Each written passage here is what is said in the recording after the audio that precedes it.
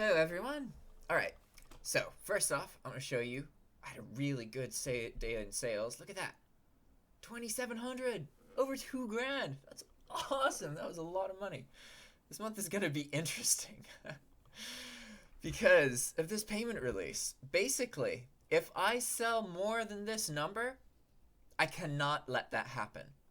I cannot sell more than 40K.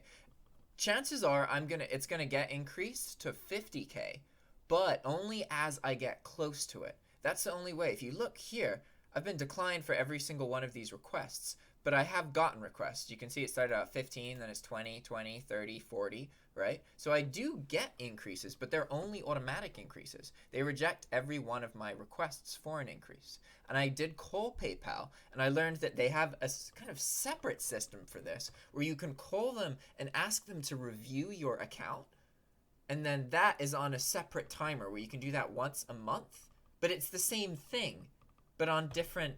It's weird that it's not in sync. Like, I don't know. But I have talked to PayPal, and I talked to them about getting this delayed or getting it increased or removed, because I found out that not everybody has this. This is just one of the many ways, actually, that PayPal can place limitations on you. There's also something called rolling reserve, and it's like paying back a working capital bill. When you take out a working capital loan, every payment you receive, PayPal takes 10% off, right? Except with rolling reserve, it's not about a loan, obviously. And the way it works is you get 90% of all of your sales, but 10% is put on hold so that you have money to handle like issues and that kind of thing, right? And I would prefer that. That would be better, because what's happening now is that because I don't have any form of backup credit, I don't have any way to fund things outside of what's in my PayPal account, because I don't have money anywhere, you know what I mean?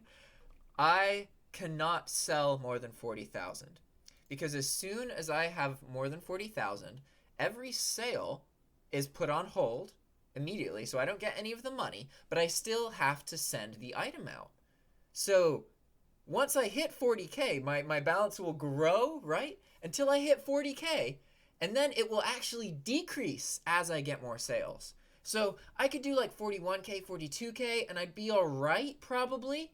But if I did 45 or 50K, I wouldn't have enough money to pay my bill again. And that can't happen multiple times. This has to be a one-time thing. I cannot afford to let it not be, right? And so I think it's going to be fine. The thing that I need to determine is, okay, if I do get close, how do I stop sales from happening?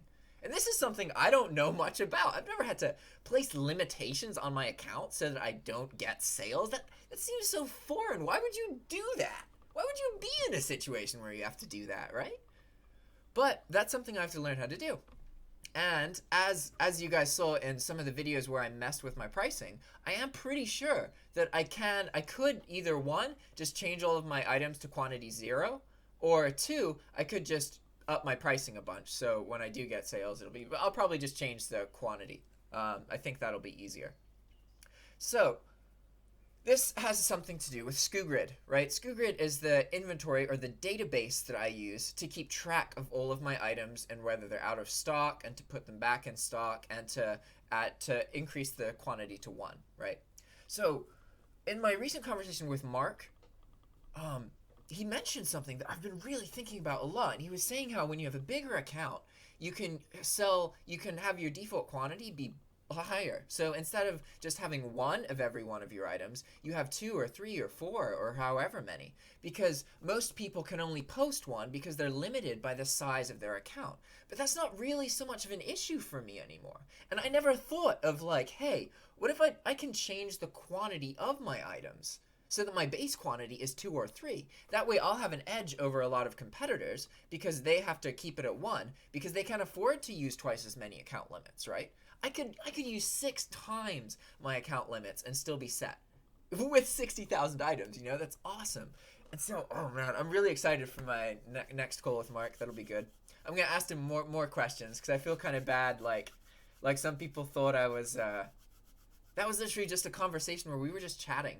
I didn't think that. I mean, I recorded it because he mentioned recording it earlier, but it was more just like, okay, get to know Mark a bit, talking about how what I'm doing, that kind of thing. I wasn't trying to come off as like disrespectful in any way. I think Mark is awesome, and I love that he's doing videos where he's like interviewing people and showing different or just having conversations with people and showing different perspectives. Like, oh man, not okay. Separate from how useful that is to you guys, that is going to put Mark in a situation where he becomes more aware of all of the different methods of dropshipping than almost anybody else. Because the second you are communicating with other people and that is a regular part of your life, that is so beneficial, And I think what he's doing with his YouTube channel is awesome, and I'm really excited to do more work with him.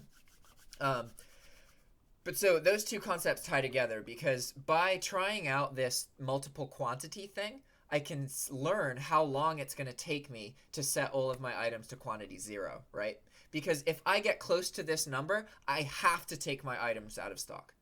I cannot get more sales than 40K.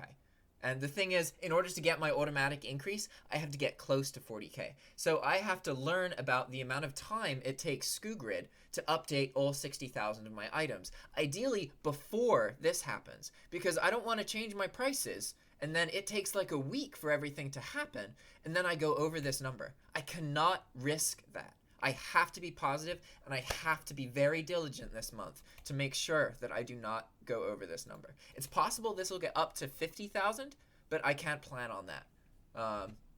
So how are we going to go about doing that? Well, I already did, actually. I just went into SKUgrid and then changed my default quantity to 3. So I just did this, right? And it's like 8 p.m. on Wednesday. So now, I gotta go to listings actually. Active listings. So now, if you look at all of my items, they're still gonna say only quantity 1. See, so all of my items are sorted by the highest available quantity at the moment, right? This has 8 and this has 2, everything else has 1. This is gonna say 3 at some point, and when that starts happening, then I'll pay attention and see how long it took. Because that will be very important for me to know so that when I can have a better sense of when to take my items out of stock so that I can prevent sales. Because I can't go past this point, like I said. So, hope that was informative. It was really good chatting with you guys again. Always a pleasure. Bye.